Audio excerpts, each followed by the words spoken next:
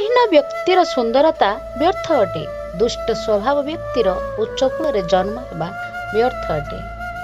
କାହାକୁ ଜ୍ଞାନ ସେତିକି ଦିଅନ୍ତୁ ବା ସାହାଯ୍ୟ ସେତିକି କରନ୍ତୁ ଯେତିକି ତା ପାଇଁ ଯଥାର୍ଥ ଅଟେ।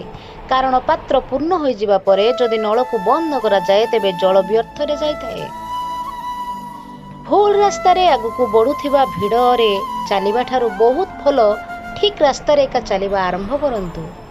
ଅପେକ୍ଷା କରନ୍ତୁନି କେବେ ପରିସ୍ଥିତି ବଦଳିବ, କାରଣ କେବଳ ଅପେକ୍ଷା କଲେ କିଛି ବି ବଦଳିବନି। ପରିଶ୍ରମୀ ଲୋକ ନିଜ ପରିସ୍ଥିତିକୁ ନିଜେ ହିଁ ବଦଳେଇ ଦିଅନ୍ତି।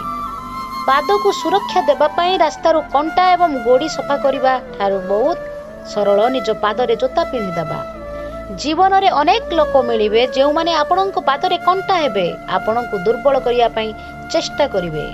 କିନ୍ତୁ ଆପଣ ସେ କଣ୍ଟାକୁ ସଫା କରିବାରେ ନିଜ ସମୟ ନଷ୍ଟ କରିବେନି। ପାଦରେ ଜୋତା ପିନ୍ଧିବେ ଏବଂ କେବଳ ନିଜ କାମରେ ଧ୍ୟାନ ରଖିବେ। ଦେଖିବେ ସେ କଣ୍ଟା ରୂପୀ ଲୋକଙ୍କୁ ତାଙ୍କ ଉତ୍ତର ଆପେ ଆପେ ହିଁ ମିଳିଯିବ। ହରେ କୃଷ୍ଣ।